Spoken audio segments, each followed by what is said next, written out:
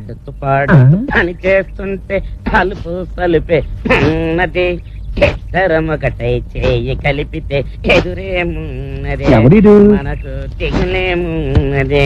ఇదిగో బాబు, ఇక్కడ పిల్ల జమీందారని ఒకటి ఉండాలి, ఏమైపోయాడు? పూనా పోయాడు.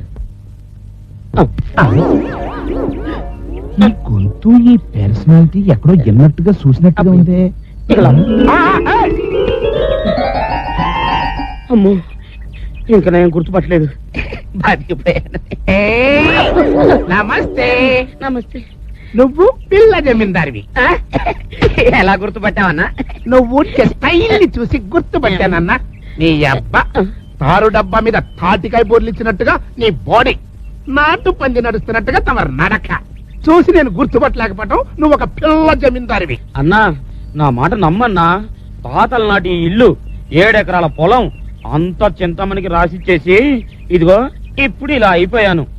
నిజంగానే నేను పిల్ల జమీందారునన్నా. అమ్మాయి, పాకి దొడ్లో ప్లాస్టిక్ డబ్బాలు ఎత్తుకుపోయే ఫేసు ఈడును ఈడు పిల్ల జమీందారు ఏంటంటే?